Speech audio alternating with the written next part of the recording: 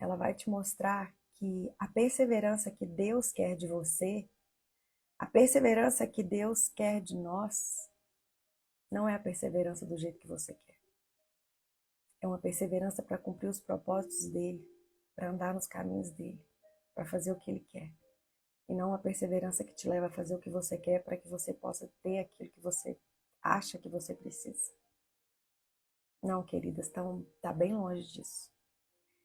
Eu sei que isso não é um assunto que dá muito ibope, mas essa é a vontade de Deus.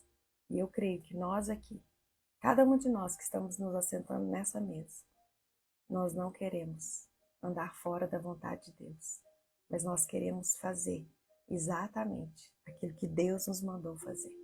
Em nome de Jesus. Amém? Vamos orar para que a gente possa começar a palavra de hoje?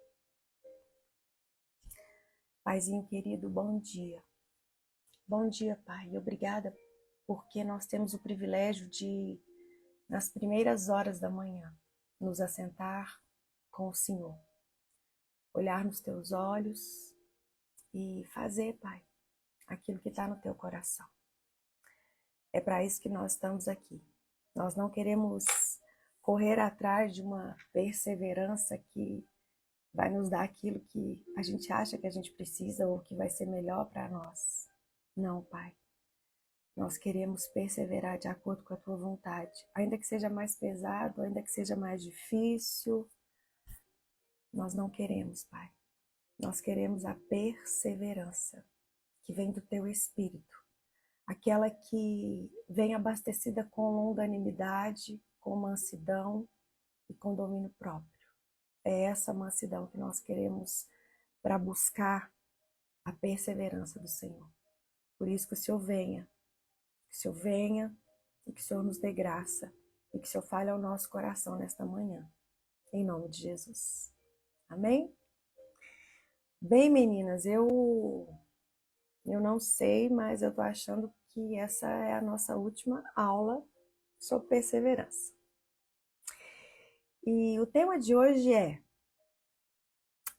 uau, prepara aí, porque hoje o alimento é sólido. A perseverança, ela tem fonte certa. Isso mesmo. Você não vai conseguir perseverar se você não tiver os olhos em Jesus Cristo e se você não estiver disponível para fazer aquilo que Deus te chamou para fazer. E não simplesmente aquilo que você deseja fazer. Obrigada, Lulu. A perseverança, ela tem fonte certa. Hoje eu quero começar com Zacarias 4, versículo 6. Meninas, parabéns para aquelas que têm feito, anotado, que gracinha do caderno de vocês. Louvado seja Deus. Que coisa linda. E eu tenho certeza que vocês vão colher a 30, 60 e a 100 por um, porque tudo aquilo que a gente planta, a gente colhe. Então vamos lá. Zacarias 4, versículo 6, diz assim: prosseguiu ele e me disse: esta é a palavra do Senhor a Zorobabel, não por força nem por poder, mas pelo meu espírito, diz o Senhor dos Exércitos. Hoje nós vamos mergulhar um pouco aqui na vida desses dois profetas, na vida do profeta Ageu e também na vida do profeta Zacarias. Estes dois homens, juntamente com Malaquias, eles profetizaram pós-exílio. Eles profetizaram depois que o povo de Deus saíram ali do exílio da Babilônia. E esses homens foram levantados para ministrar sobre perseverança e sobre esperança. Ageu, em apenas 2 capítulos, ele foi usado de uma maneira assim, ó, pá, direta, para falar com o povo de Deus. Ei, vocês estão perseverando para fazer a coisa errada. Vocês estão perseverando para fazer o que vocês querem, aquilo que é mais útil para vocês. E Ageu vem com uma palavra dura. Ageu, ele já estava bem velho quando Deus o usou. E Deus é tão lindo, ele é tão maravilhoso, que ele coloca Zacarias do lado de Ageu, que era um jovem, para estar junto com ele. E quando Ageu vinha ministrando aquela palavra dura, Zacarias vinha trazendo renovo e trazendo esperança. Eu quero te falar algo nesta manhã. Não existe nada que Deus te chamou para fazer que você não possa, que você não consiga fazer. Deus, ele é fiel. Quando ele te manda com todas as ferramentas para que você possa cumprir aquilo que ele te chamou para fazer. Não é por força, nem por poder, mas pelo meu espírito, pelo Espírito de Deus. Assim diz o Senhor dos Exércitos. Você não vai conseguir perseverar por aquilo que você produz. Não vai. Mas por aquilo que Jesus já fez por você. Por aquilo que Jesus Cristo já produziu por você. A perseverança, ela não pode ser focada nem nas suas vitórias e muito menos nas suas derrotas, mas na vitória de Jesus. E se você não for bem agressiva em se posicionar desta maneira, a sua perseverança ela vai falhar. Os seus olhos precisam estar bem fitos, bem fixos em Jesus Cristo. Nós não podemos nos encostar em algo que não é firme. Você consegue pular em cima de uma base que você sabe que vai cair a qualquer hora? Claro que você não vai fazer isso. Nenhum de nós vamos ficar pulando em cima de uma base que não é sólida. Por quê? É tolice. E nós somos muito preciosas aos olhos de Deus, sabe? Nós somos obras primas das suas mãos. Ele não erra. Você não é um erro, porque Deus sabe quem você é. Ele nunca, jamais vai desistir de você. Então, se você for sábia, você também vai escolher não desistir daquilo que Deus te chamou para fazer em você e também através de você. Você precisa guardar isso no teu coração. Não se encoste em algo que não é firme. Séries, mas a única coisa que parece que eu tenho para me encostar hoje é aqui. Parece que a única coisa que eu tenho para me encostar hoje é no meu casamento, é nos meus filhos, é no meu emprego. Não, querida, deixa eu te falar uma coisa. Saia desse lugar. Escolha nessa manhã sair desse lugar. Não é por força, não é por poder. É pelo Espírito de Deus. É por aquilo que o Espírito Santo de Deus pode fazer em você e através de você. Tira seus olhos daquilo que você acha que te dá segurança. E que você seja forte e corajosa nessa manhã, para que Deus possa te mostrar que a perseverança ela tem uma fonte certa. Ela tem uma fonte certa, ela tem um lugar certo onde você pode ser alojada. E se você deseja perseverar e não parar no meio do caminho, decepcionando aquele que te criou, você precisa buscar essa fonte segura, essa fonte inesgotável que produz vida, que tem eficácia para te manter no caminho. Que fonte é essa? A palavra de Deus. A palavra de Deus. Se você não tem vida na palavra, Se você não alimenta o seu espírito, que é quem você é, com a palavra todos os dias, e você fica aquele negócio de comendo pelas beiradas, o seu lugar de segurança, o seu lugar de encosto, ele vai falhar. E o próprio Deus vai permitir que ele falhe, para que você não termine e passe a sua vida inteira encostando no lugar errado, para que você fique frustrada. Ei, o Senhor é especialista em tirar as muletas daquelas que se manifestam, mostrando para ele o verdadeiro amor. O Senhor é especialista nisso. Eu posso falar algo para vocês. Quando o Senhor recolheu a minha mãe, meu Deus, a minha mãe era muleta na vida de tantas pessoas, que o Senhor precisava tirá-la. Doeu? Doeu. Mas eu posso te falar algo? A dor da perda dela, a dor da perda da minha mãe, é infinitamente menor do que a alegria que o Senhor produziu dentro de muitas vidas, que em vez de pegarem a muleta que era minha mãe, passaram a ter o Senhor. É claro que muitas pessoas não têm humildade para reconhecer isso e nunca mais voltam a andar. Por quê? Porque não têm os olhos fixos no Senhor. Ai, o Senhor me tirou isso. Ai, o Senhor me tirou aquilo. Ai, o Senhor me tirou aquilo outro. Ai, o Senhor me tirou aquilo outro.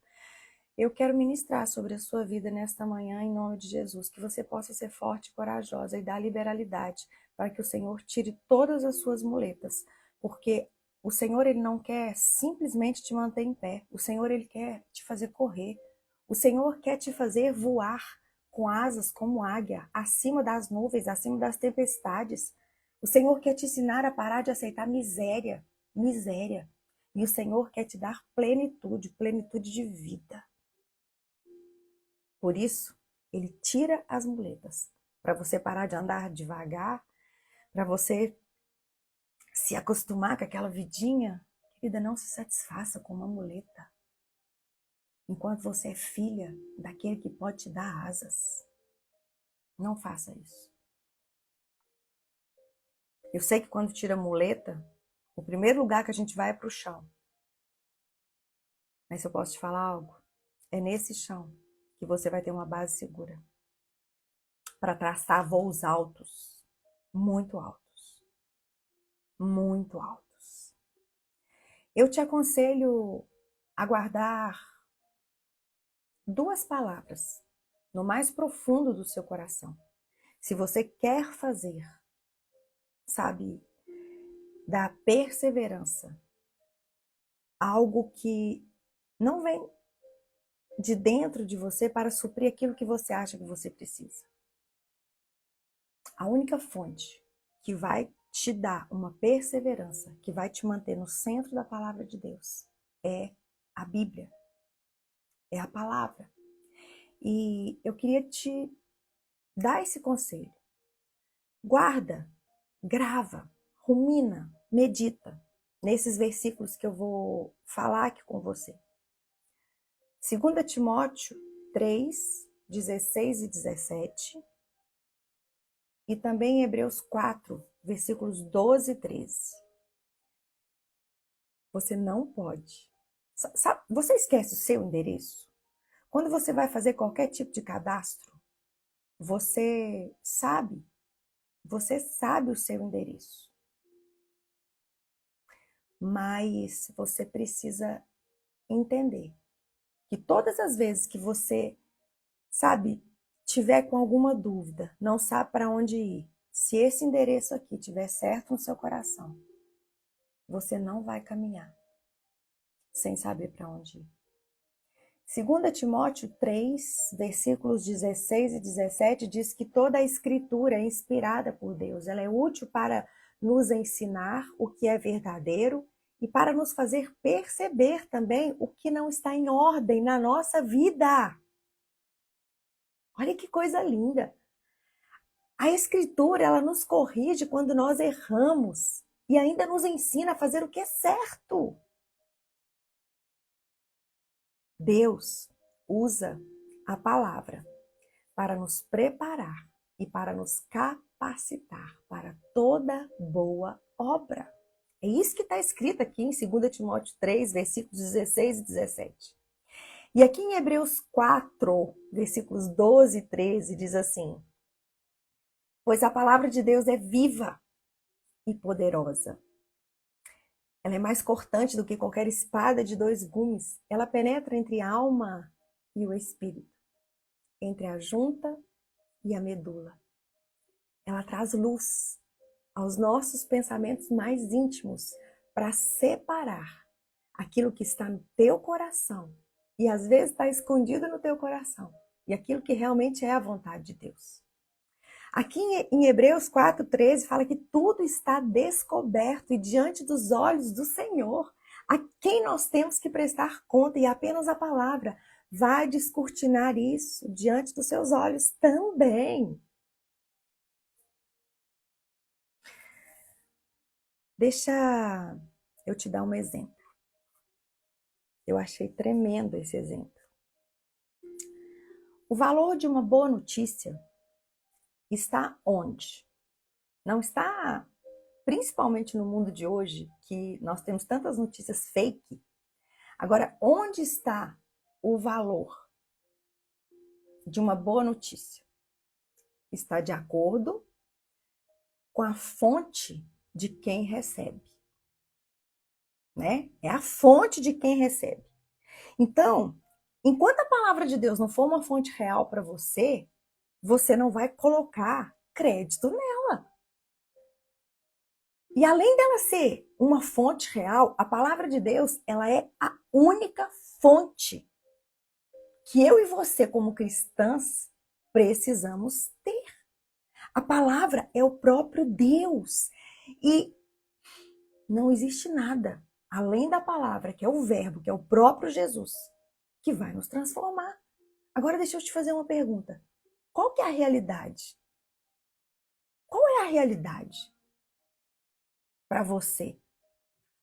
A fonte da palavra de Deus para você é viva? Eu sou apaixonada pela palavra. E eu aprendo a cada dia a não desperdiçar o meu tempo. Quando eu tenho tempo, eu corro para esse lugar aqui. Porque é aqui que eu adquiro a sabedoria que eu tanto desejo, que eu tanto anseio. É aqui, é aqui. Agora, tem muitas pessoas que fazem do Instagram uma fonte mais real e verdadeira do que a palavra. Porque a sua fonte se torna real de acordo com o tempo que você passa nela. Então, deixa eu te falar algo nessa manhã. Onde você está passando mais tempo? É ali. Aquilo ali se tornou a sua fonte verdadeira. Eu sei que temos tempos no trabalho, nós precisamos cumprir esse tempo, mas você sabe o que eu estou falando.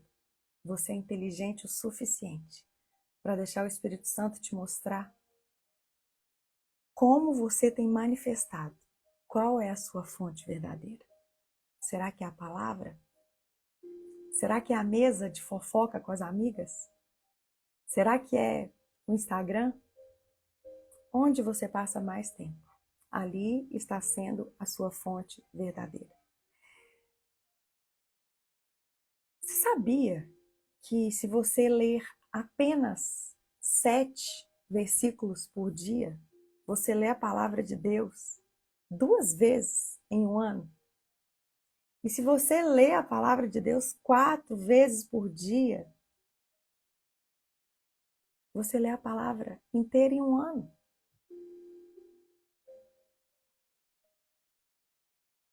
Que o Senhor possa, em nome de Jesus Cristo, te levar a, sabe, que você possa deixar o Espírito Santo de Deus falar ao teu coração. Que você possa, nessa manhã, ser forte e corajosa Porque eu sei que Deus está quebrando. Quebrando, quebrando, quebrando, quebrando. Sim, eu vou tirar porque... Gente, deixa eu só abrir aqui. Por que que eu deixo os comentários? Para vocês colocarem os versículos. Não é para ficar dando opinião. É por isso que eu deixo os comentários. Para a gente ficar ajudando. Não no sentido de pregar também, mas no sentido de... Vocês sabem, né? Então, que a gente possa mesmo nessa manhã escutar a voz do Abba e deixar o Senhor falar ao nosso coração. Eu sei que Ele quebra, Ele tira as muletas, Ele manda a gente para o chão. Mas quando a gente está no chão e coloca os olhos fixos nele, Ele nos levanta. E a partir desse momento que Ele nos levanta, nós vamos voar. Porque nós estamos nas asas dele, com Ele. E como eu falei para vocês hoje, nós vamos usar o profeta Ageu e o profeta Zacarias para nos ensinar a respeito de perseverar a fazer a coisa certa. Por quê? Porque a perseverança, ela tem uma fonte certa. E quando você não usa a fonte certa, você vai correr o risco de perseverar naquilo que o seu coração deseja e não para fazer a vontade de Deus. Aquele famoso ditado, né? Ai, meu Deus, parece que eu estou fazendo e eu não estou fazendo nada. Aquele famoso ditado, você corre, corre, corre, corre e não sai do lugar. O que é isso? Isso é quando você não está fazendo aquilo que Deus te chamou para fazer. Você tem... Deixa eu te falar uma coisa. Quando você não está buscando rumo ao alvo de fazer aquilo que Deus te chamou para fazer, você vive tendo, você vive sendo, e parece que você acaba sem nada. Porque a realização do propósito de Deus é que nos dá plenitude de vida. Não tem. O sucesso na vida com Deus não é sobre perseverar para ter muita coisa, para fazer sucesso. Não é isso. O sucesso na vida com Deus é você fazer aquilo que Ele te chamou para fazer. Por isso que no último dia, quando a gente estiver face a face com Deus, ali no Sermão da Montanha, Jesus fala que muitos vão chegar perto de mim e falar: oi, Senhor, eu fiz isso, eu fiz aquilo no teu nome. Jesus vai virar e falar assim: aqueles que vão entrar para o meu reino são aqueles que fizeram a minha vontade. Senhor, mas eu fiz milagre no teu nome, eu expulsei demônio no teu nome. Não te chamei para isso. Eu não te chamei para isso. Eu te chamei para fazer a minha vontade. Eu não quero, sabe? Deus, ele é muito pontual, ele é muito certeiro, ele é perfeito.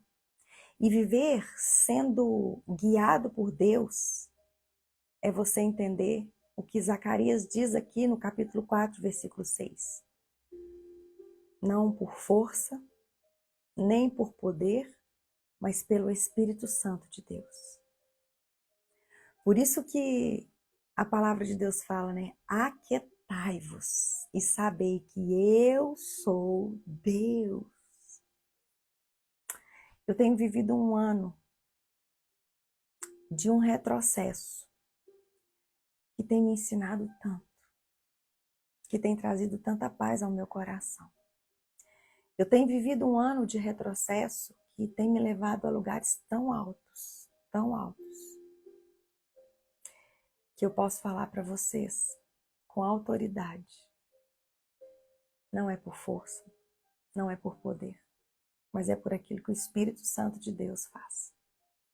A nossa realização, ela não está em fazer muita coisa, mas a nossa realização está em fazer a vontade de Deus. Por isso que Jesus fala: ei, vinde a mim. Venham até mim. Vocês que estão cansados, sobrecarregados, eu vou aliviar vocês. Vem. Toma sobre vós o meu jugo e vem aprender de mim, porque eu sou manso. Eu sou humilde de coração. E vocês vão achar descanso para a alma de vocês, porque o meu jugo, ele é suave. O meu fardo, ele é leve. E vamos ver o que aconteceu aqui na época que o profeta Ageu e o profeta Zacarias foram usados porque um povo estava perseverando no lugar errado?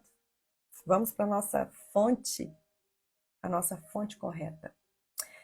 Ageu 1, eu vou ler na versão NVT, tá? Ageu 1, vou ler do versículo 1 ao versículo 11. Em 29 de agosto do segundo ano, eu vou voltar, tá? Para a gente ajudar umas às outras, tá bom? Então vamos lá, só versículos, ok? E frases que você sabe que a gente faz. Vamos voltar para nossa mesinha normal e rotineira, em nome de Jesus, onde todo mundo pode. A gente está aqui para ajudar umas às outras, por isso que eu deixo aberto. Então vamos. Ageu 1, versículos do 1 ao 11. Em 29 de agosto do segundo ano do reinado de Dário, o Senhor transmitiu esta mensagem por meio do profeta Ageu ao governador de Judá, Zorobabel, filho de Sealtiel, e ao sumo sacerdote Josué, filho de Jeozadak. Assim diz o Senhor dos Exércitos: este povo diz, ainda não chegou a hora de reconstruir a casa do Senhor. Então o Senhor enviou esta mensagem por meio do profeta Ageu. Porque vocês vivem em casas luxuosas, enquanto a minha casa continua em ruínas? Assim diz o Senhor dos Exércitos: vejam o que tem acontecido com vocês. Plantam muito, mas colhem pouco. Comem, mas não se saciam. Bebem, mas ainda têm sede. Vestem-se, mas não se aquecem. Seus salários desaparecem como se vocês os colocassem em bolsos furados. Assim diz o Senhor dos Exércitos: vejam o que tem acontecido com vocês. Agora, subam as colinas, tragam madeira e reconstruam a minha casa. Então me alegrarei nela e serei honrado, diz o Senhor. Vocês esperavam colheitas fartas, mas elas foram escassas. E quando trouxeram esse pouco para casa, eu o fiz desaparecer como um sopro. Por quê? Porque a minha casa continua em ruínas, diz o Senhor dos Exércitos. Enquanto vocês estão ocupados construindo suas casas, é por causa de vocês que os céus retêm o orvalho e a terra não produz colheitas. Enviei uma seca sobre seus campos e sobre as colinas. Uma seca que fará murchar o trigo, as uvas, as azeitonas e todas as suas plantações, que fará vocês e seus animais passarem fome e destruirá tudo que vocês trabalham para conseguir. Ageu 1, dos versículos 1 ao 11, eu li aqui na linguagem NVT. Amadas, o que aconteceu aqui? Qual era a atual situação daquele povo? Veja bem. Como eu falei para vocês, Ageu, Zacarias e também Malaquias, eles foram os últimos livros proféticos. Eles profetizaram aos judeus depois que eles voltaram de Jerusalém. Aqui vocês viram falando que Zorobabel era o governador. Então isso daqui aconteceu mais ou menos 16 anos depois que Neemias foi enviado para reconstruir os muros ali de Jerusalém. Naquela época, Zorobabel, Neemias já estavam ali reconstruindo os muros de Jerusalém. Por quê? Porque a cidade estava totalmente destruída, totalmente assolada. E além de não ter o templo mais, ainda também não tinha os muros. Neemias chega, reconstrói os muros, mas o que acontece? Quando eles começam ali na construção do templo, aquele povo começa a ter afrontas. Afrontas dos samaritanos e também dos outros inimigos que estavam ali ao redor. Aí sabe o que aquele povo faz? Desiste. Eles desistem daquilo que o Senhor os chamou para fazer. Ou seja, quando os judeus voltaram ali do cativeiro babilônico, apenas uns 50 mil regressaram. Sabe por quê? Porque a maioria dos judeus não voltaram da Babilônia. Não voltaram da Babilônia. Eles acostumaram com os manjar que lá na Babilônia foram oferecidos para eles. Eles não voltaram para o lugar que era o centro da vontade de Deus para eles. Para vocês terem ideia, os judeus, eles crescem em força e número. Não é muitas vezes por causa de obediência, não. É por causa da vontade de Deus mesmo. E aqui nessa época, apenas uns 50 mil voltaram ali do cativeiro. E dentre esses, na sua maioria, eram o quê? Sacerdotes, levitas e os mais pobres dentre o povo. Por quê? Porque a maioria deles não perseveraram em voltar, porque se acostumaram com os manjares que a Babilônia havia oferecido para eles, inclusive de posições altas dentro ali do império da Babilônia. Uau! Forte isso, né? Por isso que a palavra de Deus precisa ser a nossa única fonte de regra e prática. Então, 16 anos depois, aproximadamente, que os judeus haviam retornado ali, eles estavam sob o governo de Zorobabel. Eles começaram o início da reconstrução do templo, isso nos ensina ali em Neemias 12, mas o que aconteceu? O seu entusiasmo acabou. Se foi. Não foram além do lançamento dos alicerces do templo. Aí o que eles começaram a fazer? Eles voltaram totalmente para fazer coisas que apenas eles podiam aproveitar. Casas luxuosas.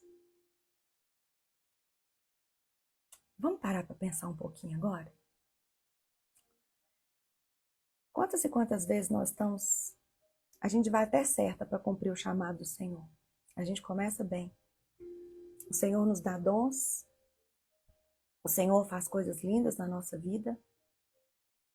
Mas quando vem as dificuldades, quando vem as lutas, as perseguições, a gente, em vez de continuar colocando os nossos olhos fixos em Jesus, sabendo que aquela luta, aquela perseguição vai fazer muitas vezes a gente perder muitas coisas. Mas a gente ainda não entendeu que é quando se perde é que se ganha. E a gente começa a andar num lugar onde a gente começa a viver de modo a tudo aquilo que a gente faz começa a ser para o nosso próprio umbigo, começa a ser para o nosso bel prazer. Quantas e quantas pessoas que começam bem o chamado de Deus, mas começam a se empoderar com posição, com riqueza, e passam a amar, passam a lutar, passam a perseverar mais por aquilo que elas podem ter do que, na verdade, por aquilo que Deus quer fazer. Começam ou seja, né, a se deslumbrar com mansões luxuosas, com carros importados. Começam a se deslumbrar com vestimentas caras, com viagens.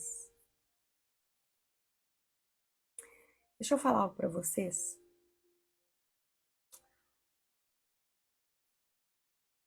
Vaidade no meio do povo de Deus é algo que precisa ser muito vigiado no meu e no seu coração. Por causa de duas coisas. Primeiro, porque se você for olhar a vaidade das pessoas que estão do teu lado, você vai pecar. Porque você não foi chamada para julgar ninguém. E em segundo lugar, você precisa ser forte e corajosa para deixar Deus desarraigar de você tudo aquilo que te empodera, mas que ao mesmo tempo te tira da total dependência de Deus e em perseverar nos caminhos dele. Manso e humilde de coração. Nós não podemos julgar as pessoas. Se você julga uma pessoa, você já está errada. Se você perde tempo olhando para a vida do outro, você está errada. Você está muito errada. Porque quem valoriza o tempo com Deus, quem valoriza aquilo que você quer que Deus faça com você, você não passa tempo julgando as pessoas, você passa tempo na palavra pedindo para Deus te mudar. Entendeu? Porque é muito fácil você começar a ficar apontando também o dedo para o outro. E, na verdade, você não está apontando o dedo para o outro porque você está querendo que o outro faça o que é certo. Você está apontando o dedo para o outro porque você está com inveja. E se você tivesse o que ele tinha, você estava perdida do mesmo jeito. Então, os dois perigos da vaidade. Primeiro, é quando você olha para o outro e começa a julgar o outro. E segundo, é quando você não trata ela em você. A vaidade ela é meio que uma faca de dois gumes. Então, cuidado, porque Deus não te deu o direito de julgar ninguém. Quando você julga o coração de uma pessoa, você está assumindo um lugar que Satanás assumiu quando ele caiu. Então, para de apontar e volta esse dedo para você. Eu tenho uma frase que ela faz parte do meu dicionário. Não é da minha conta. Não é da minha conta. Deus é o suficiente, bastante para tratar cada um. E Deus que me ajude a eu ser tratada. Não é da minha conta, querida. Deixa eu te falar uma coisa. Se você se assenta numa roda para falar mal de alguém e a pessoa não pode se defender, essa roda, essa mesa é uma mesa de escarnecedores e você faz parte de uma escarnecedora. Se você abre os seus lábios para falar mal de outra pessoa, ainda que a outra pessoa esteja errada, você é uma escarnecedora. A mesa dos escarnecedores é aquela mesa que as pessoas tomam o lugar do próprio Deus. E muitas pessoas, por olhar tanto o defeito do outro, por causa de inveja do que ele tem, acabam nunca se consertando. E Ageu, ele veio literalmente para fazer isso. Ageu, ele veio, ele se levantou, ele proclamou. Gente, Ageu, o ministério de Ageu foi de 3 a 4 meses, foi algo rápido. Ele veio, ele encorajou o povo a sair daquela zona de conforto, a parar de construir casas luxuosas e falar assim: ei, voltem, voltem, voltem para edificar o templo. Eu quero te falar uma coisa hoje, em nome de Jesus Cristo. Para de olhar o que o outro está fazendo. Para de ficar avaliando o evangelho e volta para levantar o templo do Senhor dentro de você. Você hoje é casa de Deus. Você não foi feita para ficar apontando, para ficar falando, não. Você foi feita para avaliar você mesma. Volta. Hoje o templo somos nós. Enquanto você está avaliando, apontando o outro, você não vai mudar.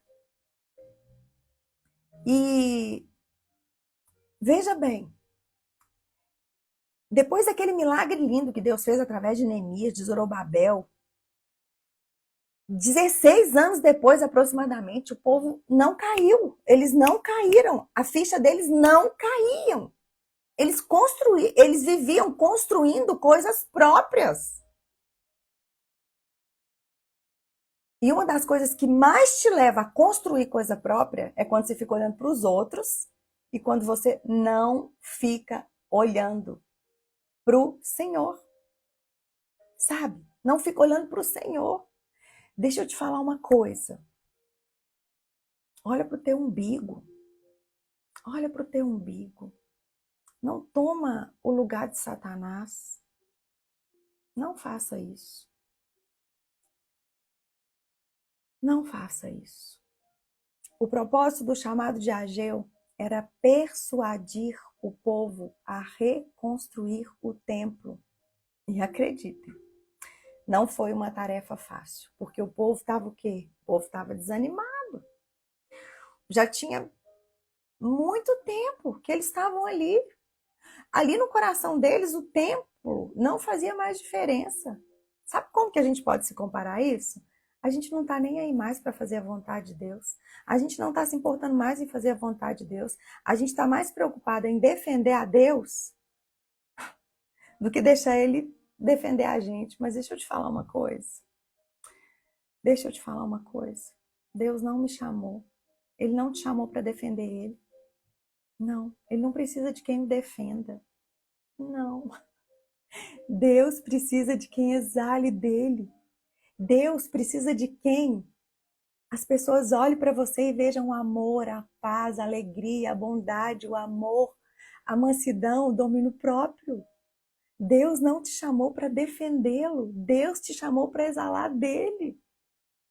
E é tão lindo, porque apesar de não ser uma tarefa difícil, de não ser uma tarefa fácil, Deus é tão lindo, gente, ele é tão maravilhoso, que ali, quando Deus chama Ageu ele chegou sim, ele mostrou ali a impureza do povo, mas Ageu foi usado de uma maneira tão linda, tão doce, que o povo compreendeu que eles estavam em pecado. E sabe o que é o mais lindo que eu falei para vocês? Deus, ele nos ama tanto, mais tanto, mais tanto, mais tanto, que ele, aqui, ele colocou Zacarias do lado de Ageu. Imagina assim, gente, Ageu, aquele velho. Pra vocês terem ideia, o ministério de Ageu durou no máximo 4 meses. Já o de Zacarias durou 4 anos. Sabe por quê? Porque Zacarias foi o profeta que trouxe a restauração da paz, da glória, da perseverança, da esperança. Zacarias foi aquele que falava assim: ei, se vocês guardarem a esperança no coração de vocês como uma prisioneira, Deus vai restituir tudo aquilo que Satanás roubou de vocês. Gente, olha que coisa mais linda. Olha que coisa mais linda. Zacarias, um profeta jovem, permaneceu do lado do idoso Ageu. Ele deu ânimo para os filhos de Israel construírem um templo. Ele advertiu, sabe, aquele povo ali a não decepcionar Deus como os pais dele haviam feito. Mas o que ele fez? Ele descreveu o amor de Deus para com o seu povo. Zacarias reavivou a esperança deles, ou seja, pintando em cores vivas o tempo de bênçãos que viria sobre Israel. Zacarias, muitas vezes ele é chamado como um livro apocalíptico, um livro ali de uma esperança viva mesmo, sabe? Do próprio Deus para com o povo de Israel. Sabe por quê? Porque Deus, ele não é um Deus que chega, sabe? Ah, queridas, se não fosse a misericórdia do Senhor, nós seríamos consumidos. Se não fosse a bondade, a graça, a misericórdia do Senhor, nós seríamos consumidas. Zacarias foi o profeta da restauração e da glória. Ele nasceu na Babilônia. Ele era tanto sacerdote quanto profeta. O nome Zacarias significava Jeová se lembra. Uau! Ele profetizou em média de 3 anos. E ele profetizou um futuro glorioso. Zacarias conseguiu fazer com que os olhos daquele povo tirasse os olhos do presente triste e colocassem os olhos no futuro glorioso. Ao passo que Ageu era um simples pregador, Zacarias foi um profeta. Zacarias, ele não condenou o povo. Deus, ele não condena. Romanos 8 fala que não existe nenhuma condenação para os filhos de Deus. Mas a todo tempo, Deus, ele apresenta para a gente um quadro lindo, onde a presença dele vai nos fortalecer, vai nos ajudar. Aqui, Zacarias, de um modo muito especial, ele incentivou Zorobabel, que era o governador naquela época, a abraçar o povo e juntos eles voltassem para o centro da vontade de Deus, que era a reconstrução do templo. E isso aconteceu. E aquele povo entendeu que não era por força, não era por poder, mas era pelo Espírito Santo de Deus. Assim dizia o Senhor dos Exércitos. Amadas, perseverança não é sobre a sua força, não é sobre o seu poder de persuasão, não é sobre o seu julgamento, não é sobre aquilo que você acha ou deixa de achar. Você é tão pequena. Eu sou tão pequena. Tão pequena, tão pequena, tão pequena. Nós somos tão pequenas, mas tão pequenas, que nós estamos vivendo um tempo que aqui em Minas Gerais e também em outros estados brasileiros, um mosquito quase que invisível tem levado muitos à morte. Agora deixa eu te perguntar.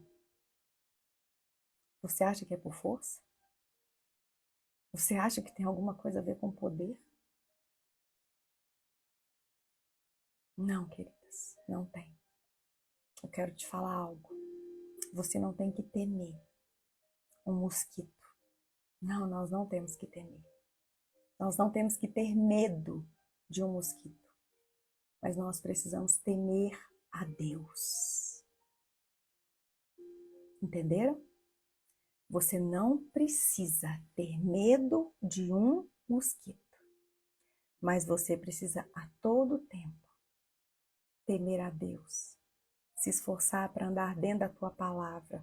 A única fonte de regra e prática. A única fonte que nos leva a perseverar. E nos ajuda a ir para o centro da palavra de Deus. Em nome de Jesus. Amém? Eu quero levantar hoje um clamor com vocês. Para que o Senhor possa mesmo nos dar a graça de repreender. Para que em nome de Jesus Cristo nenhuma praga chegue na nossa tenda, nos alcance. Em nome de Jesus Cristo. Eu creio no poder de Deus. Eu creio, sabe, num Deus que livrou o povo de Israel daquelas 10 pragas e nenhuma daquelas pragas alcançou aquele povo. Eu creio. E eu quero agora orar com vocês nesse sentido, em nome de Jesus Cristo. Pai amado, nós queremos te render honra, te render glória, te render adoração, Pai, nessa manhã. Queremos te agradecer, Deus, em nome de Jesus Cristo, Pai, por essa mesa tão farta, onde o Senhor nos ensinou essa manhã que a perseverança, ela tem uma fonte certa. E a fonte certa para a gente perseverar é a palavra de Deus. Eu quero te pedir, Pai, em nome de Jesus Cristo, que essa palavra seja viva, seja eficaz, mas que ela também seja real na nossa vida, em nome de Jesus Cristo. Pai, nós queremos te pedir, Pai, que o Senhor venha vivificar a nossa fé. Não no sentido, Deus, de ter medo das coisas que acontecem ao nosso redor, não, Pai. Mas no sentido de temer ao Senhor todos os dias da nossa vida, sabendo que o nosso temor é aquilo que nos dá sabedoria e o nosso temor é aquilo que nos livra de todo o mal. Senhor, nós queremos repreender em nome de Jesus Cristo toda desobediência no nosso coração, todo espírito de julgamento no nosso coração, todo espírito de mentira, todo espírito de miséria no nosso coração. Pai, nós queremos nessa manhã te pedir perdão, Pai, queremos te pedir que o Senhor venha mesmo limpar, Deus, do nosso coração, tudo aquilo, Deus, que muitas vezes abre portas para que Satanás venha destruir aquilo que nos impede de fazer aquilo que o Senhor nos chamou para fazer. Ah, Pai, nós te entregamos o nosso coração essa manhã e nós declaramos, nos dá um coração igual ao teu, Senhor. Um coração igual ao teu, Jesus. Um coração disposto a te obedecer. Um coração disposto a ouvir o teu querer. Um coração, Pai, quebrantado, contrito. Um coração humilde, um coração manso, Senhor. Jesus, nos dá esse coração essa manhã. Toca o nosso coração. Toca o nosso coração. E tenha misericórdia da nossa vida. E, Senhor, nós queremos repreender nessa manhã, pelo poder do nome de Jesus Cristo, todo mosquito, toda doença da dengue, sobre a nossa casa, sobre a nossa família, em nome de Jesus Cristo. Oh, que cantas! Nós repreendemos agora pelo poder do nome de Jesus Cristo, porque nós declaramos, Pai, que a nossa vida está nas tuas mãos. A tua palavra diz que agindo o Senhor, quem impedirá? que não existe acusação sobre os filhos de Deus, e nós te pedimos agora, pelo poder do nome de Jesus Cristo, que o Senhor nos envolva nas tuas asas, que o Senhor nos esconda na fenda da rocha, que o Senhor nos faça invisível, Pai, e que a nossa casa seja nessa hora permeada, coberta e envolta pelo sangue do Cordeiro, Pai, e que nenhuma arma forjada